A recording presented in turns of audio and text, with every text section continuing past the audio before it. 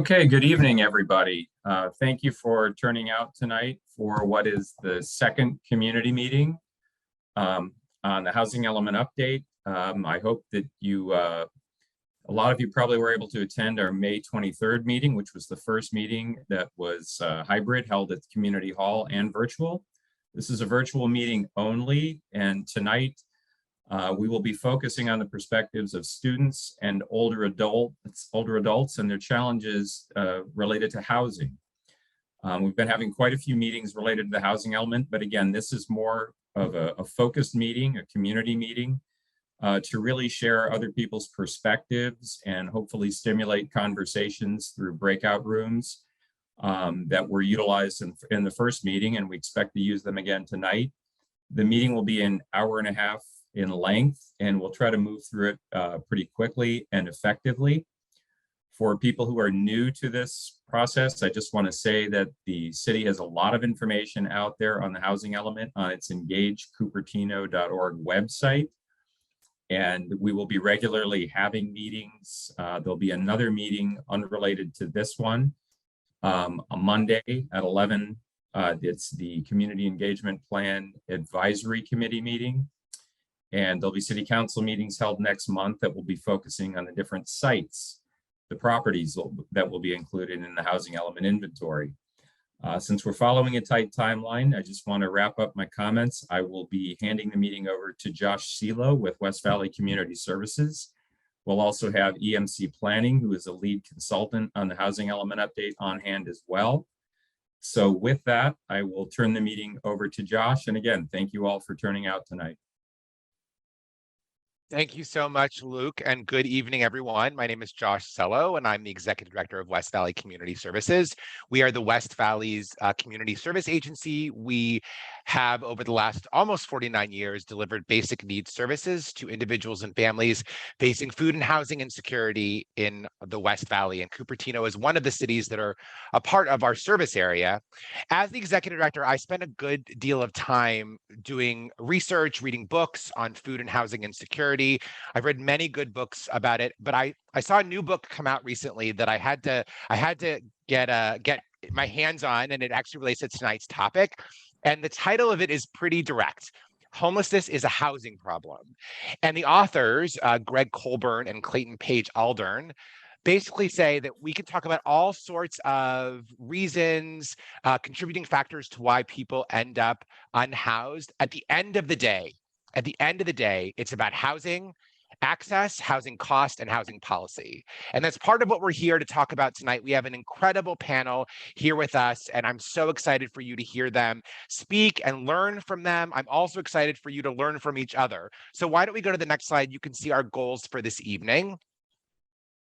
So we want to gain a better understanding of the unique housing barriers and challenges students and older adults in Cupertino face. And we're going to hear directly from our community.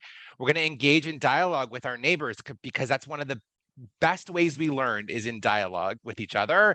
And we're also going to invite you to learn and get involved in our city's housing element process. On the next slide, you can see our agenda for this evening. Yes. Oh, hello. We have a welcome, which we're doing right now. We'll be doing 2 breakout rooms. We'll spend a good amount of time in breakouts. We have our panel, and then we'll have our thank you and next steps. Now, a little bit of housekeeping before we get started, and I'll get to community agreements in a second, but let me go to housekeeping first. If you want to change your name, there are 3 dots. If you take your mouse over to the corner of your picture, you can likely change your name. You can add your pronouns, whatever you want to do. We do hope both in the main room and in the breakout rooms that you will have your camera on so that we can see your face and we can engage with you. Certainly in the breakout rooms, when you're speaking with each other, having your camera on is ideal. And you also have access to closed captioning at the bottom of your screen. If you click on the 3 dots, either it's available on the main menu, or if you click on the 3 dots and say more, you can access closed captioning if you need that service as well. And lastly, most of you should be likely muted while we're in the main room, but when we move into the breakout rooms, you'll be able to take yourself off mute and engage in the conversation. Now let's talk about this engagement together, and that's where we get to our community agreements. And we share this slide at all of our meetings because we want to create a space where all of us feel like we can engage. But in order to do that, we need to make sure we're all on the same page as it relates to the rules of engagement. So these are our rules of engagement. We want to use I statements. Step up means join the conversation. Step back means make room for other folks to join the conversation. We want to learn from each other in this space and share what we learned, but we don't want to attribute what we learn to people in our breakout rooms when we leave the room. So what's said here by specific people stays here, but what's learned here, we're going to take away and share with our neighbors and colleagues. We want to assume best intentions. We want to listen and don't interrupt, which is hard. I have this challenge in the Zoom space, but give space for people to finish their thoughts before you jump in. And yes, it is okay for us to disagree. We just want to do it respectfully. We want to be constructive in engaging in our conflict resolution. We want to respect everyone's different experience with different subjects. And I think for me, this is about approaching information with both curiosity and humility. And so I leave you with that. And then we want to uplift each other and check in on each other. So keep these in mind. If you're good with your community agreements, I would love to see a virtual or actual thumbs up in the corner of your picture would be great. And I can't actually see you right now, but I'm going to hope that I see lots of thumbs. And this will help make sure that we have a constructive conversation this evening. We're actually going to get started with a poll, and I want to propose the following question to you.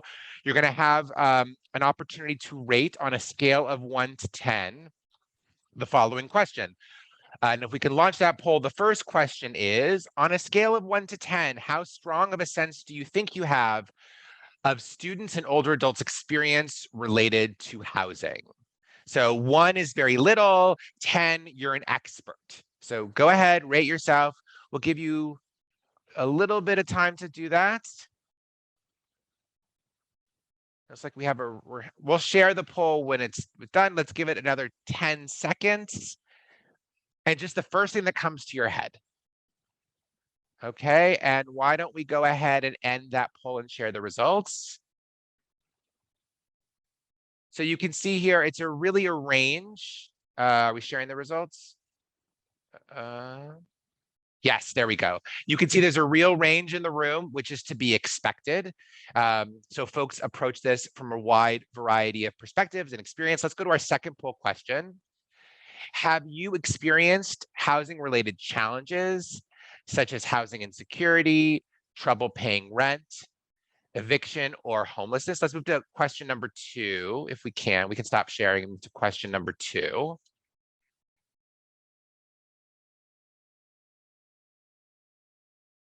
We can go ahead and launch. Let's see.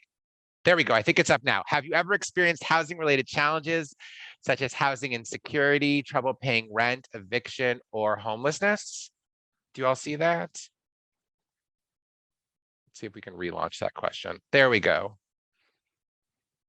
There we go. Now you have question 2. Have you ever experienced housing-related challenges, such as housing insecurity, trouble paying rent, eviction, or homelessness?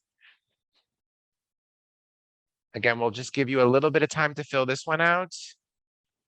And yes, saying prefer not to say for folks who are saying that, that's fine too. And let's give it 5 more seconds. And why don't we go ahead and close that poll and we can share those results. So you can see this is pretty divided as well. Slightly more no's in the room, but not that different. So there's a lot of folks here tonight who've had some sort of housing related challenge. Let's go ahead and move on to question 3 here, which is how often have you joined this kind of public meeting about planning policy? This is my first one. I've attended some. I regularly contribute at public meetings. And there's no shade to be shown to anyone if this is your first public meeting. Thank you for showing up tonight, which is awesome. Okay, and why don't we go ahead and close that poll and share those results? And you can see the majority of the room have attended some public meetings, but it's not that far different. For about a third of the folks, this is your first one, and slightly less than a third are regular contributors, which is great. Maybe for those, this is your first one. This is start of a new habit, which we would love to encourage. And the last one is our last question: which, if any, of the following groups would you consider yourself to be a part of? Are you a young adult, a student, an older adult, or none of the above?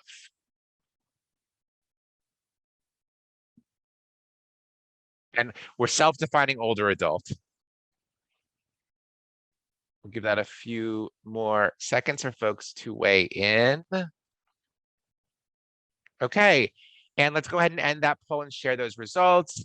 We actually have about half the folks in the room self-identify as an older adult, with pretty equal divisions between young adults, students, and none of the above. So we should have some idea of who's in the room tonight, their experience with the topic at hand, and experience engaging in public comment. With that, why don't we go ahead and learn a little bit more about the housing element process? And for this, I'm going to turn it over to Andy Flower from EMC Planning. Andy, over to you. Thank you, Josh. Wonderful to be here tonight. What brings us here tonight is that this is part of our outreach process for our housing element update. And we're all here tonight because we want to make sure, as we write this update to the housing element, that it reflects our understanding of the housing needs specific to Cupertino and the surrounding region for all those who are currently living in Cupertino or who might like to live here. We're not going to get into the details for the entire housing element update process today, but we do welcome everyone's participation, and we'll be dropping a link to the website at the end of this meeting, and there's lots of ways to participate. We've got some activities online, and there's going to be more in the very near future. In fact, by the end of this week, there'll be a whole lot more. And I just want to make it clear, basically what we've been tasked by the state to make sure that there's enough room and support for 4,588 housing units to be built over the next 8 years in Cupertino. Next slide, please. So who's responsible for building housing? It's not the city per se, although there may be opportunities for that to happen, and it has happened before. We have been working with staff, developers, community-based organizations, commissions, council members, and the mayor, and we want to make sure that everyone has access to this process so that everyone can help affect this aspirational and visionary plan to impact the City of Cupertino's future housing landscape. Next slide, please. So where are we right now? Well, we've been working hard on coming up with the sites, the where for the housing element. And we're getting close. We're meeting with the council twice in August to basically have workshops to go through each of these sites, as we've done with the Planning Commission with several meetings. So keep watch on this website, sign up, and we're happy to send out updates. We'll have all kinds of interactive mapping and survey opportunities for people to let us know exactly what they think about these sites.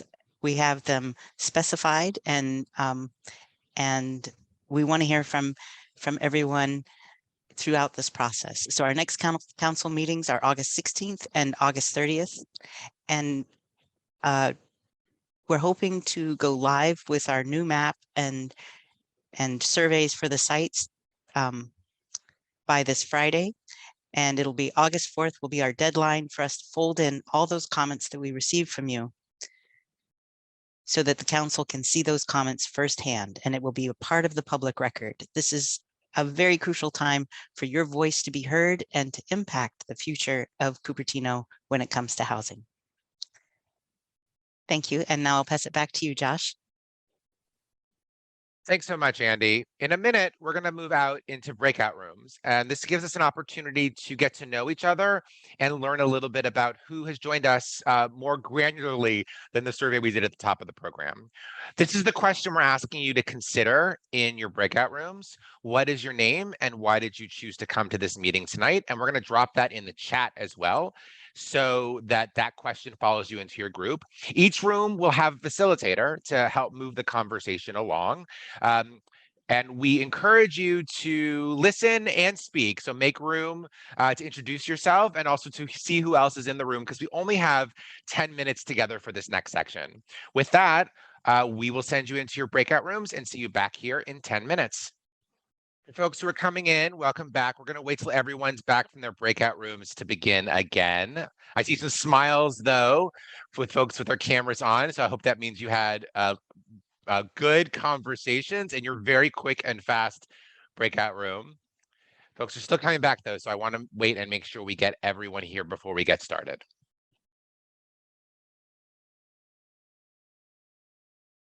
There are a few more folks coming in. Again, feel free, if you'd like, to keep your camera on during during the main room as well as the breakout rooms. We'll be happy to have you see your face. You can also, again, if you need to change your name by clicking the 3 dots in the upper right corner of your own square on Zoom. You can add your affiliations. You can add your pronouns if you like. There's probably a character limit. I don't know what it is. It looks like everyone is back, though, which is great. Welcome back, everyone, to the main part of tonight's program, which is our panel. In a moment, I will introduce our incredible panelists. But first, I want to welcome a few people. Tonight, we have 2 council members from the City of Cupertino. We have Councilmember Moore and Councilmember Way. Welcome. It's good to see both of you here with us tonight. And I also want to welcome DeAnza President, Dr. Lloyd Holmes. Welcome, Lloyd. It's a pleasure to have you here tonight as well. Thank you for joining us. With that, we're going to move into our panel. There's going to be some switches as we highlight all the panelists. So I'm going to introduce them while they're highlighted, but you'll see their faces pop up on the screen. We have Parisha Ranabat, who is a DeAnza student. Thank you for joining us, Parisha. We have Edwin Castillo, a DeAnza student and intern for CYLC DeAnza. We have Erica Flores, Program Coordinator 2, Student Success and Support Program at DeAnza College. We have Komala Rangachari, an older adult WBCS client and BMR resident, and Leslie Butler, older adult and WBCS client. I want to say 2 things. The first is I am in awe of this panel. We're asking them to speak on things that are incredibly challenging, especially in our society, where we have a very fixed sense of class and capacity and access. And to have people reveal very intimate details about housing challenges they have faced is very hard. It takes a lot of bravery and a lot of conviction, and I'm in awe of our incredible panel for making yourself available tonight to share your story. So thank you very much for that. The second thing is I indicated some affiliations for all of our panelists. I want to make sure you all know that is not how I identify our panelists. That is how our panelists identify themselves. We work very hard at West Valley Community Services to make sure that we invite the community to show up as they themselves wish to show up. So I want to clarify, I was using descriptions that they had provided for us this evening. Now, it looks like all of our panelists are here. Almost all of our panelists are here. So it's good to see all of you. Thank you for making the time to speak. We're going to start off with a general question for all of you. And with this question, I'll just call on each of you to take turn and speak. In the future, with some questions, you all can jump in as you have an answer to share. So the first one is, tell us a little bit about yourself, maybe 1 or 2 things you'd like the participants to know about you and why you agreed to take part in tonight's panel. And Komala, do you like to start? Sure. I came to this panel to learn more about housing for the elders. I'm currently under the BMR program with the city, Cupertino City. I'm very happy with the program because I've been using this BMR facility for the past 14 years, and I'm very happy with it. But my question was to join the panel was to know if I want to retire, what will be the way I can get a housing for myself. So that was my curiosity. That's why I joined the panel. Thank you so much, Komala. Edwin, would you like to go next? Yeah, of course. So as you said before, I'm a De Anza intern. We work with general like community needs, some of which are like AB 540 students, so undocumented students. And for this intern year, I'm working for renters' rights. So this is why I wanted to just see what's up here, like in the community and how things function in general. And I'm also a Berkeley student, but just taking this year off to do things with just like internship and just kind of more social work in general. So just I guess in general, yeah, to just get a feel for renters' rights and renters' issues here in the Bay Area. Awesome. Thanks so much, Edwin. Parisha, would you like to go next? Hi, I'm Pravisha. I am a De Anza student as well as I transferred to San Francisco State last semester. And basically what the thing that struck me for coming here was like since I stay in the borderline of Cupertino and Sunnyvale.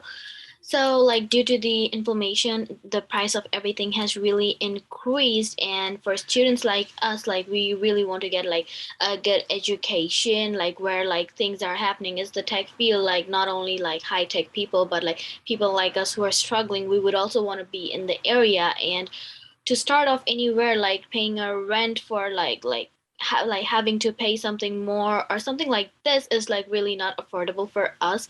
So like look to get an idea about how we can get the things for like for every one of us, like how we can like share stuff, how we can get our community more evolving. Not everyone can afford like out here like a 2 million house or something like that. Like so like some for some people, I used to work at EDD and I used to help like students at that time to like students who are above like around the age of 18 who wanted to move out, but for them to pay a rent of like 700 is also really expensive. So like finding affordable housing according to the need, age, time, and everything is really hard. So to learn more about it, since I'm a student, I have elderly people at home. My sister is also a student, so that would be a really, really, really beneficial thing. So I'm here today to learn more and to provide and support if anyone needs any kind of information or share our ideas about it. Thank you.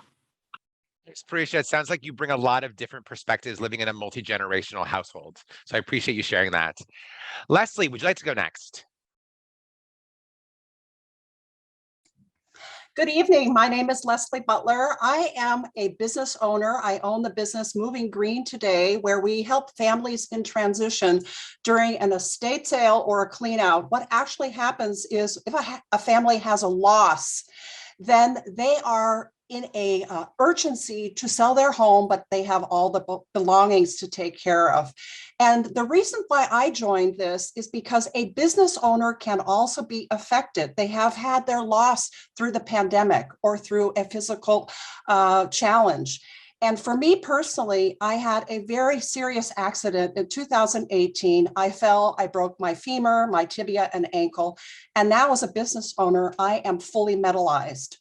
And there is a stark difference between having an income and then be able to have enough income to afford housing. And Cupertino has such high rent raises that I now will be forced to go to below market rent probably in the next month or so. So the reason why I am here is to understand and give feedback as a business owner being affected, as now having a physical disability, that you can still be safe, you can still receive economic security, and you can still be a part of the community, but you need to know your resources. And West Valley Community Services has gone above and beyond to help me during this very physical, challenging time. And I want to help others that way by sharing my experiencing. And thank you very much. Thank you, Leslie. Erica, why don't you bring us up to the next one? So hi everyone, my name is Erica Flores and I coordinate basic needs at De Anza. And I'm really just here to, one, do my best to share the experiences of our students with housing or the students that have confided in me or come to me for support with housing issues, and also to learn from everyone, what's going on around housing in Cupertino. I've already, met people from different organizations I wasn't aware of. So I'm really here to learn and hopefully take that information back to De Anza and be able to support more students, hopefully. Thank you, Erica. So as we framed out tonight's program, we're specifically focusing on the barriers faced by students and older adults. And I'm sure there's overlap between the two, but there's unique aspects of both of those communities. So we're going to start talking about students first. And maybe Edwin, you want to start us off. What do you think are some unique barriers students face and young people face when it comes to housing? Yeah, I think like up and down the ladder, you see like tons of just like lack of resources, but I think it's specifically concentrated for like younger people and students. I mentioned this to Kylie, but one of my fellow cross country runners when I was at De Anza like had to buy out a box truck, which he would work through like a moving company, and he would live in this box truck, and he kind of had to like creatively like hide it amongst De Anza's other box trucks and like buses, so they would think it was part like a vehicle De Anza owned. So of course, like he shouldn't have to like accommodate or get creative to be able to find like housing. And I think just very similarly, like there would be like, and this would be a good aspect in the community where like people would tell each other good parts in the city to like park if they have to like live out of their cars. But these like very unique issues where there's like you lose like tons of privacy, safety, and just security. We're having to you have to accommodate. Where I see tons of young students like where they have to park in like dangerous areas because like that's where people don't check. And they kind of like they have to live with a bad like roommate because like rent is cheap, or just similar like these types of accommodations where you have to just like have to have just heavy planning and accommodations to make things work and just have like tight budgets. So I think just like the general like more, even if it's just like information distribution where some cities might have resources, I think in general the accessibility to like access these resources, just like these resources, a lot of the students just can't get access to them, so they just have to like accommodate and just like make things work by doing things that just like they of course shouldn't have to. Thanks, Edwin.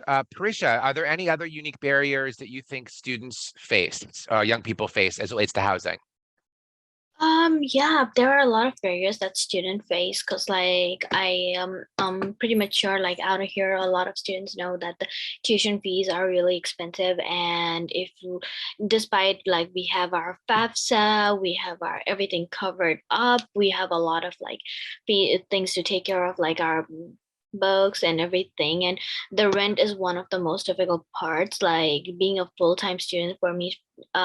Even though I work like at a place for 20 hours like a part-time job or something like that, they are not paying enough right now. Everyone knows the minimum rate is like 16 or something. Some places, like if I work at college at university, basically since I transferred, like even at applying at colleges, they just pay the minimum like at 16, 17, and the working like 20 hours per week is really not enough to provide for our needs due to the increasing in the inflammation in the market. So yeah, it's very hard for students. There should be like affordable student housing and stuff like that. Since I transferred to San Francisco State, I was like thinking to move out of the area, and when I looked at the price for a student housing, it just blew off my mind. I was like, is this even real? Like if I have to tell you, it was like almost 1689 or something like that, and I was like, whoa, how would I afford that? Like that's a really expensive. Me being just a full-time student, that's really hard for me to like just do everything on my own. And like if I have, since that's why I chose to stay over here and contribute to the family and then do a commute, despite the fact that I wanted to contribute and then go out there, it's kind of like a bit difficult. But like if my sister, like if we could get something where we could stay, like my sister is also a student at De Anza. She joined from this summer, like she's a junior junior in high school, but she's at De Anza as well. So it's like since we are high school like De Anza students and stuff like that, if we could get like something like at housing place or something, or maybe some resources where we can use those, that would be really beneficial for us, so that we can focus more on our studies than taking a stress or a burden to be like, oh, I don't have enough on my like enough or something. Like getting too much on a plate or something like that kind of thing. Yeah, I'm glad you mentioned the minimum wage, Parisha. I just recently was looking at the minimum wages for the West Valley. They're in the range of 14 for some of the smaller towns and cities, up to 16.20 for the city of San Jose, and Cupertino's in the middle for minimum wage. And according to the Silicon Valley Index, a one adult household, you would need to earn $30 an hour in order to be able to pay prevailing wage on a one-bedroom apartment in the metro area. So I think what you're saying is really brings it home. There's a disconnect between what people get paid hourly and what it costs to rent here. Exactly. Even though we have a vehicle, like even though suppose if I say like, okay, I want to get a vehicle, like right now the price is like they're asking like 10K or 15K over price, like on the market, like whoever gives them more, like they're selling it to them because of the chip thing. Okay, that for that reason too, I don't have a thing to like give them on hand, so that even though I can do Uber or food delivery or drop off students and stuff like that. So like at this time, anything like I don't know if the community or the area or like can help students, like especially students, elderly people, like they're not making much, like they're just getting like some people are like getting like they have a fixed amount of what's coming in there, and then that would be really really really helpful, because like all our lives, like once we get out of the student phase, we are for sure going to be supporting our community, and people who have already served the community are getting like a place where they are just trying to get a place where they just want to relax, not worry much about like their financial needs. So I think it's really important for us to be like get more sources from the community, the government, or like maybe things like that around. So yeah. Okay, thank you.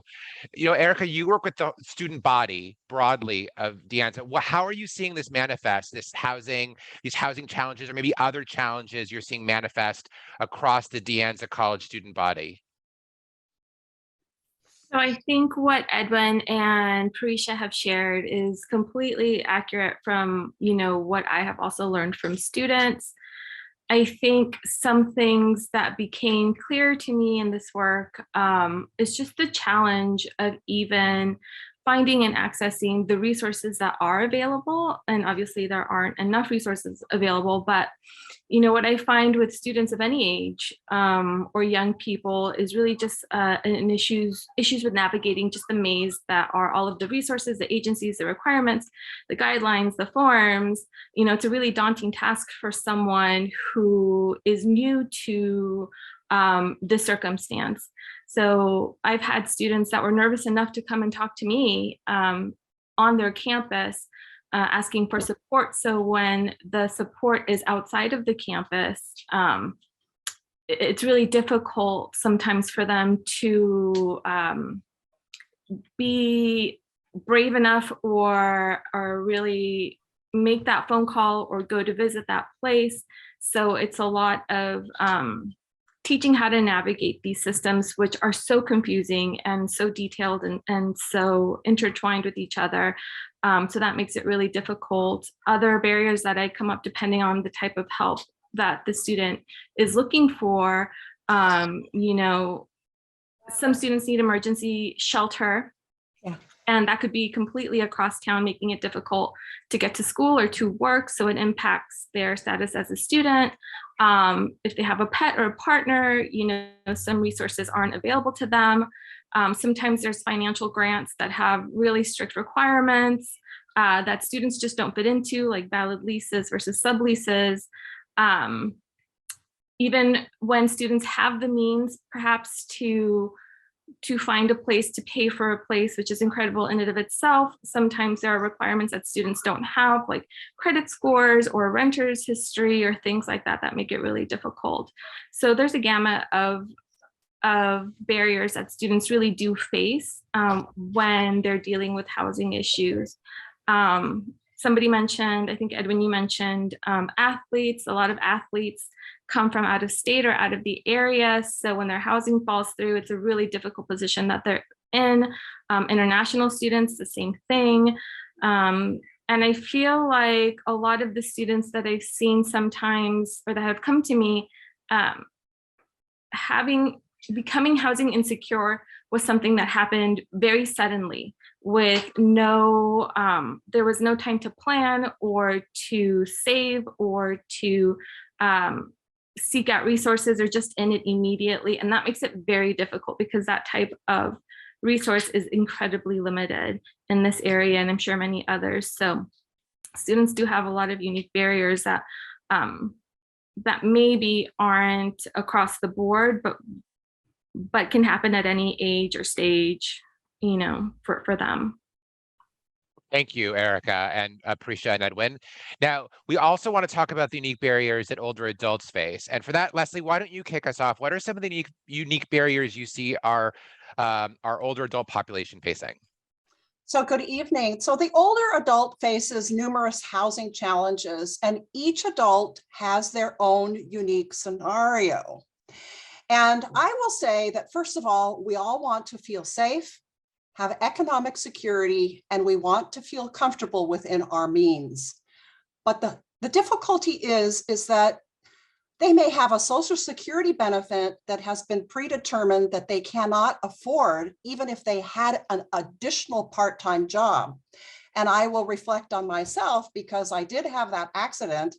And now I applied for the disability benefits, but because I took on a part-time job at Target 3 days a week to meet my payments of insurance, my car payment, my Verizon, they said, well, you're now not eligible for Social Security. You're not yet 67.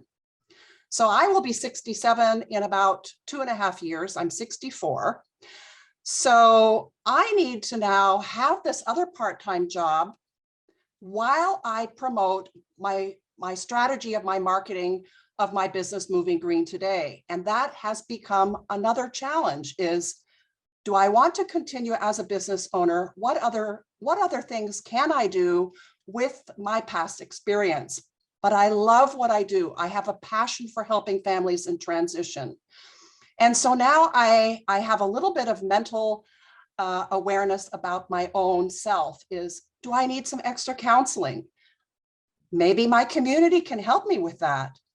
But I also am facing some instability with food resources and household expenses because the money is not enough coming in part-time through Target. So we have to go to our community resources and West Valley Community Resources and the community of Sunnyvale, Saratoga, San Jose. We have to know where these resources are available. And that means, do we have enough financial security of our own to stay stable and to stay mentally stable? And this month is the Disability and Mental Awareness Month. And so we also need to be practicing listening skills, listening, being patient, being compassionate, being kind. Sometimes the older adult is forced to then come into shared housing.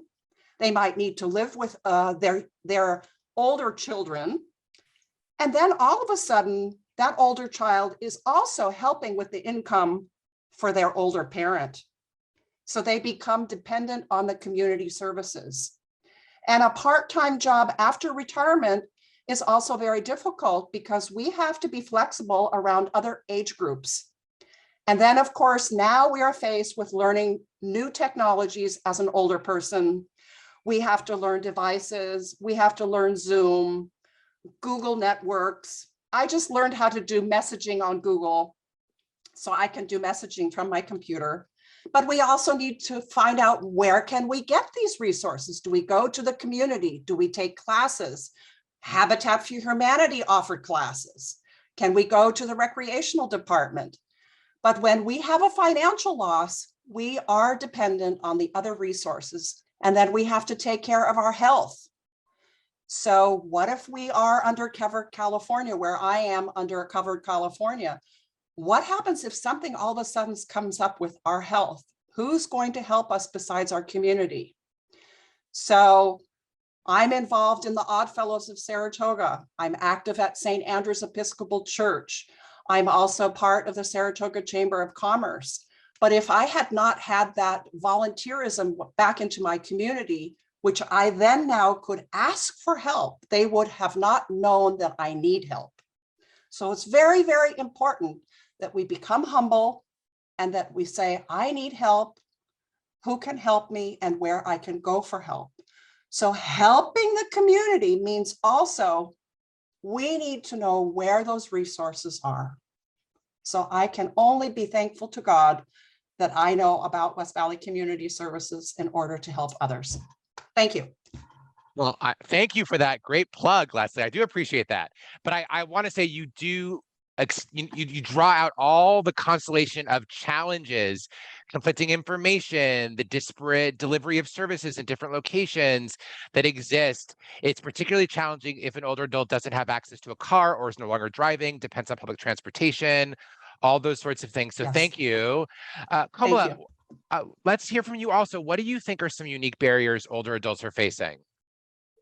Two challenges which I have faced in my life is I lost my husband about 4 years ago, and I don't drive. He used to drive me, and West Valley Community Service ride has been a blessing to me because they take me to work and they drop me back from work.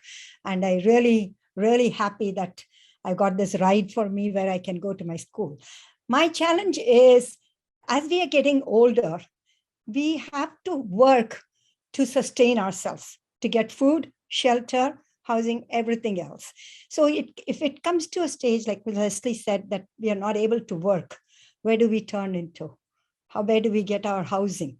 See, I'm almost 80 years old, 80, and I'm still working to sustain myself because I have to provide for my housing, I have to provide for my food, for my clothing, for my living, everything else. But I save nothing because the rents are high. Even though you might not be a BMR, my rent is high. I have to pay. Inflation is so high. And so it's just meeting ends. That's all I can do. And so if a stage comes when I'm not able to work anymore and I have to retire, where am I going? What will happen to me? So that's a big question mark I have in my mind all the time. The other thing is the inflation has gone up so much, but the income limit for BMR has not changed. Why is it that? So it has been there static for quite, because I've been under BMR for 14 years and I know that it has not changed. When inflation has gone up so much, everything is about 20, 30, 40% higher than what they used to be. Why isn't the income limit going up? Why is it that? So why is it that we have to get into that same income limit, which was decided about a decade ago? So that's another question I have. Why is the inflation not being paneled out in the income limit system? That is one thing. And I would also want information on senior housing and how we can get resources from, where we can get resources from, and how our seniors, I've lived in Cupertino for the past 22 years, how are seniors going to be helped by the city for housing and other resources. These are all my barriers that I feel the thing. Thank you so much. And thank you very much for giving us the opportunity to talk about these common topics that we all face. You know, one of the things that strikes me is it's so rare to have this opportunity to hear directly from folks about the challenges they're facing. From all of you, I heard a combination of both personal factors that you're facing based upon your personal situation, or for Erica, from the personal situations of the students that you see at De Anza, but there's also a series of systemic challenges that you're all broadly facing. And of course, one of the biggest ones is the lack of sufficient affordable housing for all people, for students, for families, for older adults. And that's sort of a factor all of you are saying. Parisha, you raised your hand. Please jump in. Yeah, Jill, about the affordable housing, right? I was like, before moving to Cupertino, I was moving here like exactly 3 years ago. I moved in here in July 2019. I did fill out forms in different like places where they said, oh, there is an open application for low income housing. But right now, if I reach out to them, they are they be like, oh, your turn is gonna come in next 8 years or 7 years. I'd be like, in next 8 or 7 years, maybe I would go up to a place. Hopefully I will be in a place where at least I could afford my housing. The thing I filled out an application right now is something I really need help right now with, like staying with a family or like trying to help or support a family need. And then last time too over here, like I guess everyone is familiar, like in homes around the Homestead area, because my sister, since she goes over there, and Dianza, like it's nearby place. So there was one housing that was open recently, and when I called them, oh, they were like, oh, we are already filled out with the application, the list of the application applicants that were supposed to be needed, and sorry about the thing. And I asked them, like, is there any other housings or like in the area, since we need it in this area due to the school thing. They're like, maybe you would have to wait. We don't know how long will it take or something like that. And then like, like there are affordable housing in the area, but like they're not, people are staying there, they're using it, that's really great. But what is the new thing? But like we need more space, like in more something even more like than that what we are having it, because like people who are already staying there, yeah, they can stay there until they want, like, or their until their situation meets. But there are new people who are joining in the community as well, so like we need space, that's the thing.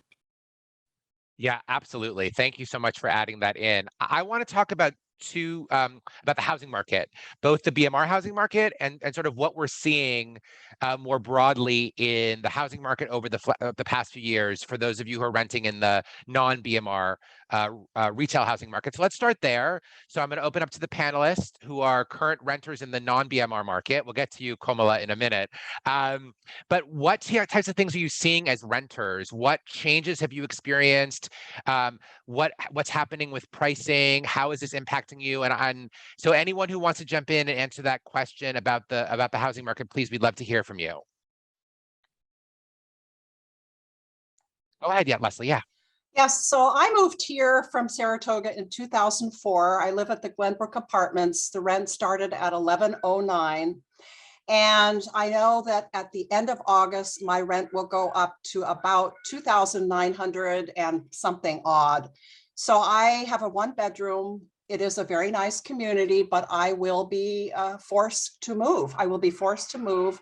I did make several calls today, and I saw a space right over by Bianchi Way, which is by the Panda Express, and it was for disabilities. So I would be considered that because of my disability. But the woman that I spoke with, she said there's 99 people on the wait list. And she said, well, why don't you take the mid-ped application? Oh, you fill out the application, it's about 30 pages, but you may not hear anything. So the rental market in Cupertino does not really provide for affordable housing. I have researched this. And so that would pertain to an older adult as well as to the younger students that may be moving in here. And so shared housing would be with 3 or 4 students living in maybe a 2 or 3 bedroom apartment, which means they would each have to pay between $1,200 to $1,500 per student. And then as Parisha said, you still have to study. There is no time to go out and do something part-time. Even I am doing a 3-day part-time job over at Target, which has helped improve my disability because I'm getting walking more. But that's about a paycheck of maybe $600 to $700 every other week. And personally, that's not enough to sustain even the additional rent that you need in order to continue to even have an affordable business here. So I did some research. I looked at Sunnyvale, I looked at Santa Clara and San Jose, and they're about in the same, but the wait lists are still quite, up there. And then you have to think about it.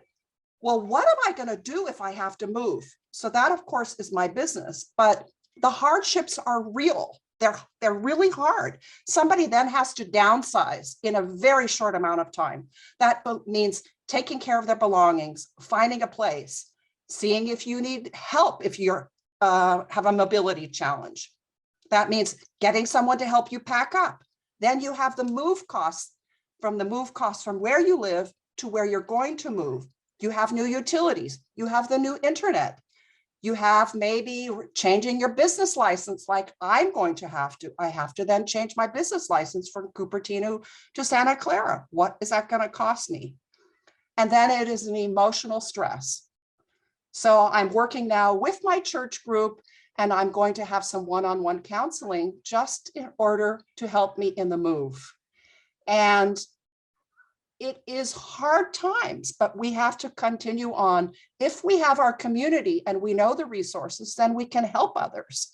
But we also are in a position, a very unique position, in order a short period of time is this panel. This panel is helpful because we can offer these resources to people who are then maybe just coming into that position right now. And maybe we can even become a compassion care person. Thank you. I'm really glad, Leslie, that you mentioned the impact of stress, which can have incredibly deleterious impacts on brain development, on the ability for executive decision making. We have to consider the impact of stress experienced by people who are facing housing insecurity. So I'm really grateful. We live in a country where we don't often seriously consider the mental health impacts of what's going on in our world. And I'm really glad you mentioned that, Leslie. Other reflections from folks on experience with the retail housing market over the last 6 months, year, 2 years, other reflections?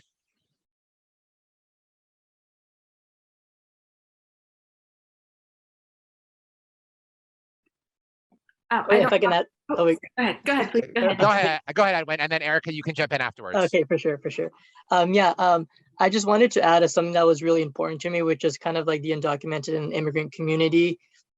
In my apartment complex, there's 2 connected complexes, but it was kind of, at least throughout the years before rent got so high, it was kind of like a very good cultural hotspot, kind of like a docking point for any communities who would come in. They would have families who could also speak Spanish, and immediately it's I'm not sure if others understand this, but amongst other even when you're out in public, you hear someone speaking your language, there's automatically a connection. And we would have that here, but slowly my community kind of lost that, where people just had to move out. In my complex, it's almost by rote practice, every 6 months you get that letter oh, rent's increasing another $100, and almost every year you get that. It's I think as much as they can increase it, it's increased. But yeah, so I just think it's very important, because here you see the interlocking aspect that rent has on immigrant issues. Because when I first moved in here, I didn't speak any English, and the way I was more assimilated, and so was able to, not so much assimilation, but just more acculturation, because I was able to maintain some culture through this community apartment complex that I lived in, and I was able to learn the language easier. And so if you lose if these communities because of rent can't stay intact, you lose a huge docking point for any other communities that want to join in here. Because even for it has you can put a monetary price tag on it, because day-to-day favors daycare, just general tips which schools to register your kids in, all these stuff you get in through just community, just information circulation. Because I think it's been a recurring talking point and with other panelists, that just information acquisition and just being able to spread and just navigating in general is just very difficult. And at least for immigrant communities and these hotspots, it was one of the ways which through other means you could facilitate this type of access. So this part specifically, I think it's kind of just interlocking and just broadly applicable, because you lose something communities, this impacts just job acquisition, language acquisition, and just people just money is very tight, saving money by just helping, even giving food, spare food. It would be I also mentioned this to Callie over the phone. We would have things like rent parties, where when rent was starting to get very high, people who couldn't make that difference, we would as a community raise them those extra $200, extra $300 so they could pay it. So yeah, just huge things like that I think my community is not really, it's kind of not really a Mexican community anymore as it used to be. It's kind of just indifferent neighbors, closed doors type thing, where just kind of, oh, okay, everyone's kind of lives here, you vaguely know each other and stuff like that. So to me, it's very important, because I see mine is lost, but you can still keep, there's still other ones that you see hotspots are oh, people helping each other, we can keep those intact. And we know the issues that are causing it, rent increases and inflation, that we're just not keeping up with the type of money that people need to make to still live there. So it was really, I think for me, it's really important to bring this up because huge issue that has just broadly affecting other people. Thank you for mentioning that, Edwin. I think that's incredibly important point that you bring. I recently read Golden Gates, The Housing Crisis and a Reckoning for the American Dream, and this is one of the major themes in that book, the impact on communities and especially undocumented communities of the increasing cost of housing. So I really appreciate you bringing that into the conversation. Erica, how about you bring us one more anecdote related to the housing market, and then we're going to talk a little bit about the BMR market for a minute. Sure. First of all, Evan, thank you so much for bringing that up. It's something that maybe doesn't come up a lot in these conversations, so I appreciate that. All I really wanted to add was really to validate Leslie's point as far as what she's experiencing is very similar to what our students are experiencing. Crazy rent hikes all of a sudden. Students living, I mean, you mentioned 2 to 3, sometimes 3 to 4 to a room. I coordinate the food pantry, and one of the things that we ask is, how many people are in your household? I have students coming in who are saying that they are in a household of 10, 18 people, and it's all students. And I just don't believe that it's, a 5 or 6 bedroom home. They're, sharing a 2 or 3 bedroom home or apartment. Just the rental market in Cupertino is wildly underestimated. I don't think people understand how people are living in Cupertino. Thanks, Erica. Komala, you mentioned that you live in BMR housing. Can you tell us a little bit about your experience? And I think I want to hear about this because I think there are sometimes misconceptions about what we mean when we talk about below market rate housing. Oh, and you're on mute. Yeah, BMR is when you pay a rent that is below the market rent. So it depends on the amount of income that you earn. So your BMR house rent is the income limit. That's why I spoke about inflation. The income limit is what determines what rent you pay for the BMR. So when I started 14 years ago, I paid $900. Today I'm paying $1,800 after 14 years because my salary has increased and so my rent also goes up. But then there is a limit. So if my salary increased even $1 more than the income limit, I lose the house. So, but with that $1 or $2 increase in my income, I cannot afford the rental house outside that, the retail rental house. So that is one of the things that is bothering me all the time because I'm almost reaching that limit. And I'm very worried that where will I be next if the inflation rate kicks in and the income limit is not increased. Because even with that high amount of rent I'm paying, I'm only making ends meet with my salary. So that is one of the questions that I wanted to think. But BMR has been, I would say that City of Cupertino has been doing a great job with BMR. I have to admit the recertification, I do it every year, and then it has been a smooth transfer. Recertification has never been a problem for me as long as I submit all the documents. And it has, so far for the past 14 years, I've had no issues except the rent increase, which is normal, which is, I don't blame this thing. That is the normal that you have this thing. But if I lose my BMR, where will I go? That is my big question. So I keep on working even at this age, a full-time job I'm working to keep myself, to have the house for myself, to keep myself, to make the ends meet. Thank you, Komala. Well, we're fast approaching the end of our panel. I could listen to this conversation for quite a bit more, and we only scratched even just a small portion of the total number of questions I had. But I do want to give an opportunity to hear from all 5 of you again once more before we conclude. So my final question, and maybe just summarize this question in maybe just 1 or 2 sentences. What are 1 or 2 things you'd like tonight's attendees to take away from the conversation? This is Leslie. Can you hear me? Yeah, Leslie, why don't you go ahead and go first? Yes, I do believe collective resources. If you are a community member, it is very important to share the resources that you have gained with another human being. If you have a conversation, if you're waiting in line for the food, reach out to the person next to you and just say, hi, how are you? Tell me a little bit about your story.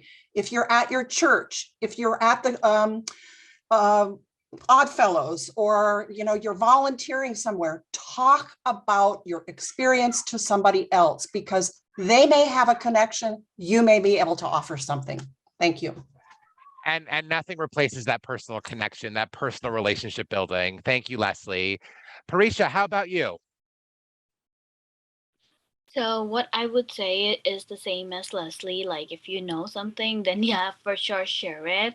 Like there are a lot of people who are like until and unless we don't speak, like we don't know like what's happening around, like what's going on in my mind, you might not know. So it's really one of the strongest factor is like communication. And once we start communicating and like being in touch with like people around us, then we would know like what exactly they need.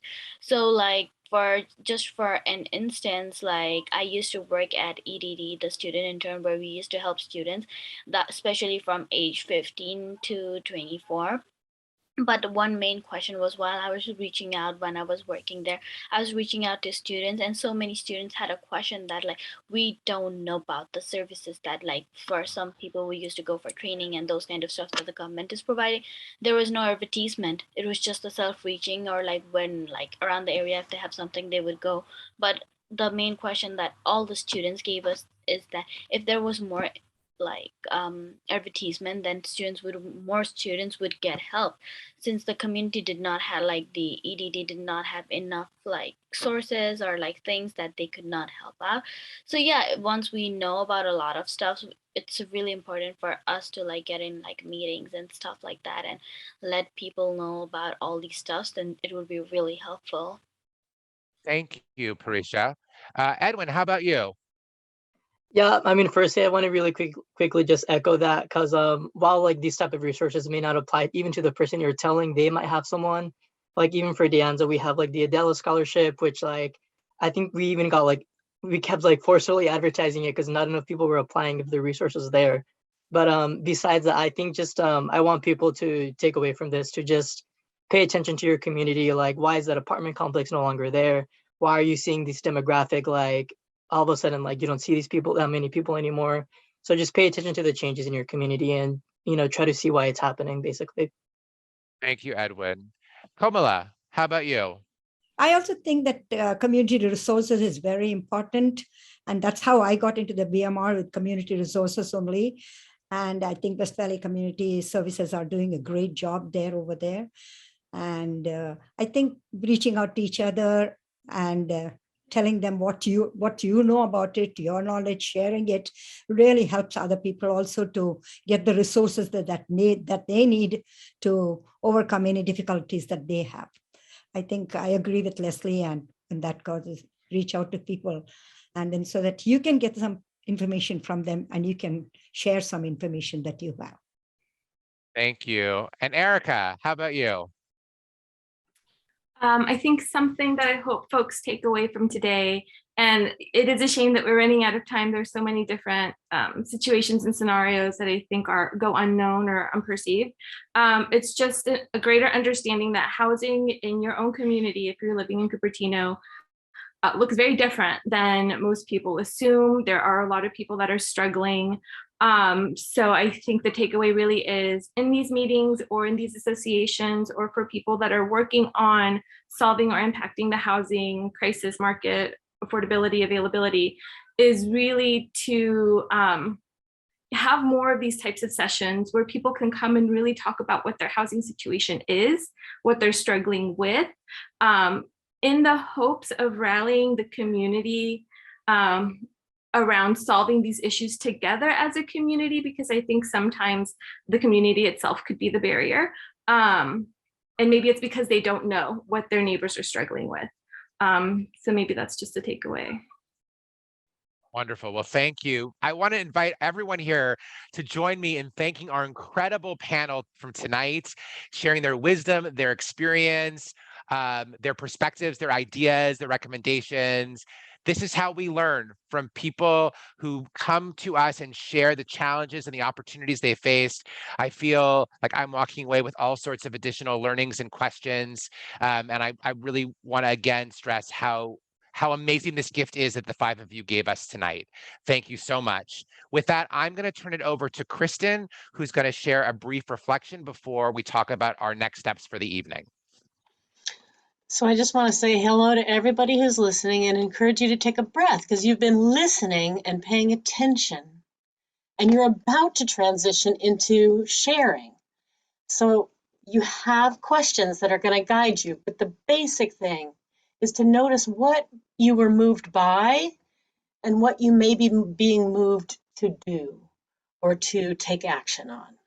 So just take a breath before we sweep you into breakout groups, to be able to share, to notice how you are from having heard that. That's it, and I'll go back to Josh. Thank you, Kristen. It's so nice to remind ourselves it's important to breathe, and that breathing, that centering, can help prepare us to reflect on what we've just heard. So we're going to move you into breakout rooms shortly for 20 minutes. I know we told you the program was going to end at 8 o'clock. It's going to end a little bit after 8 o'clock, but we hope that you'll stay with us. And we promise that once you come back from the breakout rooms, we'll quickly move you on. These are the questions we'd like you to consider. How did hearing from the panelists impact your perspective on housing and for students and older adults' needs? These questions will go into the chat so that they can carry with you into the breakout rooms. Why is it important that we hear from people with lived experience? And what can we as a community do to support our neighbors in need? We did hear some ideas from our panelists, but you likely have some other ideas as well, or want to resonate with the ideas you heard. Again, you'll have moderators in your room to help facilitate conversation. We will see you back here in 20 minutes. Welcome back, folks. We're going to wait till everyone is back in the room before we conclude tonight's program.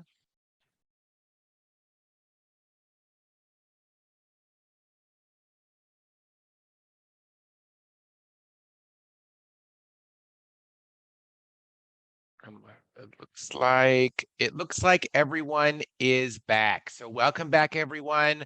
I hope you enjoyed the second round of breakout rooms and the conversation that you had in them. We're just about to conclude a few things. One is, shortly you'll be getting an exit survey launched to you. You don't need to fill it out this minute, but we would like you to fill it out tonight and submit it. This helps us learn about your experience and helps us plan for the future, other conversations with the community. So please take a few minutes. It's a very short exit survey. We would love your feedback. We also want you to get involved with the housing element. This is part of a public process, which means we need the public to engage with the process, and you are the public. So how can you engage with the process? We have some ideas here. We will follow up with an email that has all this information, likely a little bit more after the program in the next week or two. But you can visit engagecupertino.org/housing element. Luke talked about that at the top of tonight's program. You can also subscribe to the Housing Element newsletter, complete the Cupertino Housing Simulator that Andy mentioned. You're always welcome to attend planning commissions, strategic advisory committees, and city council meetings. It's super easy to attend in Zoomville because you can attend from your couch or your desk or your office. You can give public comment. You don't need to be an expert. So sometimes people feel like, I can't give public comment. What do I know? I'm just a citizen. But that's exactly why you should give public comment. You are an expert in what is important to you. And those are the kinds of things we need the public to engage with in. And our city councilors want to hear those things, and our commissioners want to hear those things. So please feel comfortable submitting a token to speak during public comment about any of these meetings, or if you prefer, attend as a listener. That's also great. And then, of course, we want you to talk to your friends and neighbors about the housing element. Share maybe something that you learned. So what I'm going to ask you to do now is, don't tell me, don't put it in the chat, but of this list here, can you commit to one thing? Maybe you write it down. Maybe you put it, you type it to yourself in a text. Even better, tell someone, because if you tell someone you're committing to something, you're more likely to do it. And we'd love you to commit to doing one of these things. I also mentioned 2 books that I've recently read. We'll include this in the email we send out. But for those of you who want to get it down now, the first one is Golden Gates, The Housing Crisis and a Reckoning for the American Dream. It's by Connor Doherty, and it's about specifically the Bay Area. So I highly recommend it. The second one is Homelessness is a Housing Problem, and that's by Greg Colburn and Clayton Page Aldern. And we'll send those resources out in the meeting as well, in the follow-up email to the meeting as well. I have a few thank yous quickly before we launch our closing poll. I want to thank again our incredible panel. You were awesome. Thank you for sharing your perspective with us and allowing us to learn from you. I want to thank Kylie Clark, our public policy coordinator at West Valley Community Services, and the entire WVCS team who are here tonight. They can wave so you can see all of our team members who are here tonight helping support this program. I want to thank our partners at the City of Cupertino. We had a great turnout by commissioners and city council members tonight during the program, and we thank you for being here, as well as Dr. Lloyd Holmes and the folks at De Anza College, who are our incredible partners, and they're also doing great work for the students at De Anza College every day. Of course, I want to thank Andy Flower and the folks at EMC Planning, who we've been really lucky to work with as part of the housing element process. And of course, all of you who made time. We all know you have stuff to do. You're busy, we're busy, everyone's busy, but that you made the time to be here tonight with us to learn, that says a lot about this community and why it is a special place and why we have a lot of opportunity to grow together and make this a place we're all proud of, where everyone can find a place to make this community home. With that, we have 2 final poll questions we want to know your thoughts on. The first question, on a scale of 1 to 10, how strong a sense do you think you have now of students and older adults' experiences related to housing? Again, 1 would be, I have a little bit of understanding and experience, and 10 would be, I have reached expert level. So again, we're going to make this fast because we're a little bit late. So go ahead and tell us your thoughts. Where are you now in terms of how you feel about your understanding of housing as it relates to students and older adults? Okay, I think we're gonna go ahead and close that, share those results. I want to say there are no 1s, 2s, or 3s. We have definitely moved the needle on this one. So that is awesome, good to see. And our last question, what is one thing, we are gonna ask you, what is one thing you're gonna do to get involved with the Cupertino housing element? So you can choose 1, or you can choose the bottom one, all of the above, no pressure. What's one thing you're gonna do after tonight?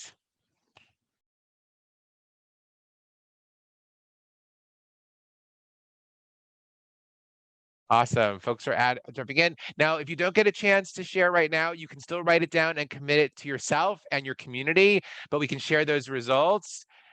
It looks like a lot of incredible work is going to be done in this community, and for that, we have all of you to thank. With that, thank you all for making time to join us at tonight's program, and we look forward to having an opportunity to learn with you and from you again in the near future. Take care, everyone, and have a good night.